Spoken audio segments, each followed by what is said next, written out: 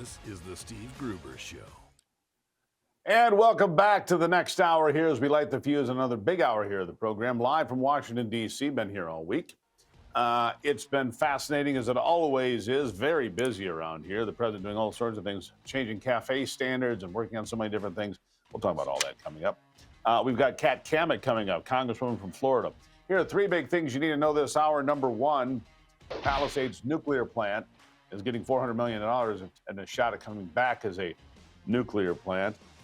Number two, the Trump administration's energy agenda hailed as crucial wins, including that cafe standard change. That's a big deal.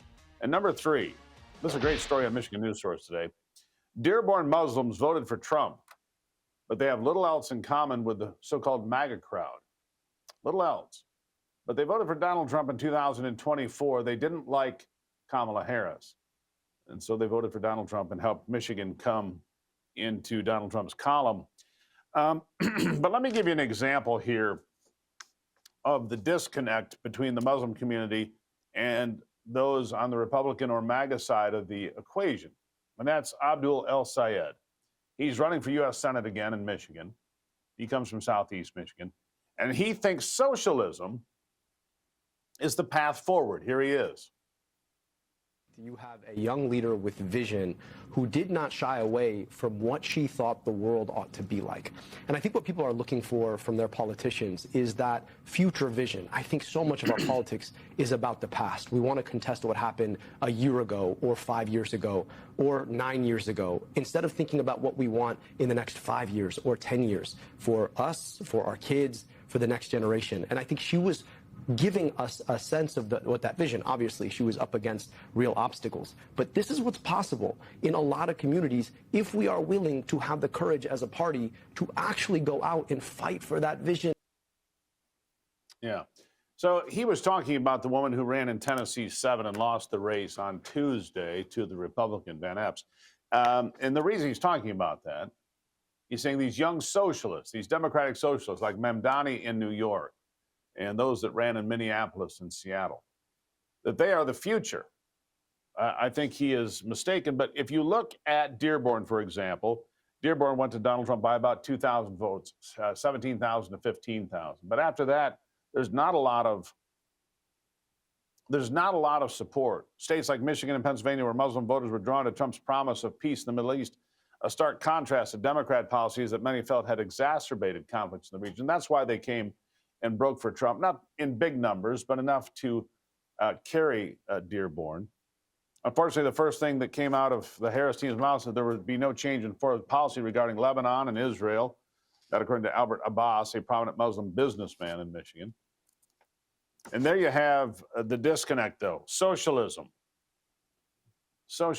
in Michigan being supported, advocated for by Abdul El Sayed, again running for the United States Senate in Michigan as a Democrat, not as a Republican, of course. No surprise there. Now, talking about socialism as compared to the free market and capitalism, Howard Lutnick says tariffs that are being challenged in the Supreme Court may get struck down. In fact, he thinks it's possible. But he says the Trump administration knows that's coming. They're already planning for it, and they have backup scenarios and plans to go forward. Here he is. We're going to win the case. I think I'm confident. I was there. I sat there. I listened to the whole case. I think we win 5-4 or 6-3 because I think the president's absolutely right. You know, he's allowed to regulate importation. That's the rules. He can do it with a fee and a tariff. I think that is perfectly reasonable. However, we have other tools as well, right? We have tons of different rules. Like this building has 232 tariffs, which already went through the Supreme Court, and we won 9-0. So that's autos, that's semiconductors, that's steel and aluminum, that's lumber. So all those stay. So all these big trade deals, I think, are durable, and they will stay. And I think if the unfortunate thing happens, a crazy thing happens where the Supreme Court didn't side with the president, which I think they will, then we have other tools, and we'll put them right in place. Tariffs are here to stay. The deals are here to stay. Everyone should expect this is the way it's going to be. America's going to be richer. America's going to be richer. Well, you know, I look at the economy on a daily basis. I'm sure you do as well. One of the things I look at, AAA gas prices down again today. The national average is $2.99, and keep that in mind when you realize that California's average is $4.52. Right, so the national average in California is $4.52, Nevada's $3.68, Oregon's $3.75, Washington over $4 at $4.14, Pennsylvania, believe it or not, $3.25 still, Arizona $3.25. But some states like Oklahoma are at $2.40. Some stations in Oklahoma now selling gas for under $2 a gallon. This is all very good news, right? And if it's good news, why are Americans acting like they don't feel it? We just saw a record Black Friday, $26 billion spent, a record Cyber Monday. $1 trillion is the prediction to be spent on Christmas shopping this year. $1 trillion, first time ever, $1 trillion. So somebody's feeling pretty good about it. Others are not. But why are we not feeling it? Well, listen to this. First 10 months of this year, the median family income is up by about $1,200. That's after inflation, Lauren. So that means that their wages and salaries have gone up faster than inflation.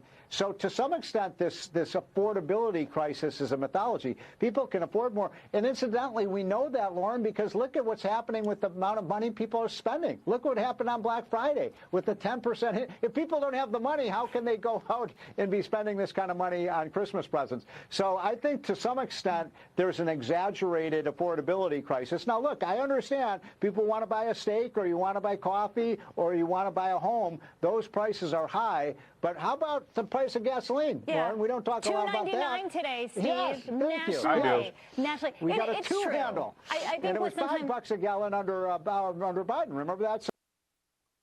I talk about gasoline. Obviously, you know that. And it looks like the Dow's going to open up today. A little bit, up 30, 40 points to open. Maybe 50 points. The same thing for the NASDAQ and S&P are both going to open up slightly today. That's after a big day yesterday, and yesterday was a big day on the market. So if you have investments just about anywhere, things are looking better. The Dow was up more than 400 yesterday, the NASDAQ 40, the S&P 500 almost 30 points. So that's all good. The price of gold also going up. It's above 4,200 for the first time in a while. It's just below that now, but it's been going up and down over 4,200. Reached almost 4,250 yesterday. Pretty much wherever your money is right now, it's doing better. The year-over-year growth for silver, 87%. 87%. The year-over-year growth for gold, 60%. So a lot of places to have some confidence, but people are still concerned about their wages, about inflation, about the cost of, well, just about everything. But we'll continue to cover it here for you. And look, when there's good news, we're going to share it. And the price of gasoline, I paid $2.64 here a couple of weeks ago in Michigan. I don't know where it is today. I'm not there. But I'll look when I get home, and we'll talk about it, of course. I'll take a break. When we come back, Kat Kamik, the congresswoman from Florida, is going to join me to talk about another big, important step forward. It's all coming up on The Steve Gruber Show.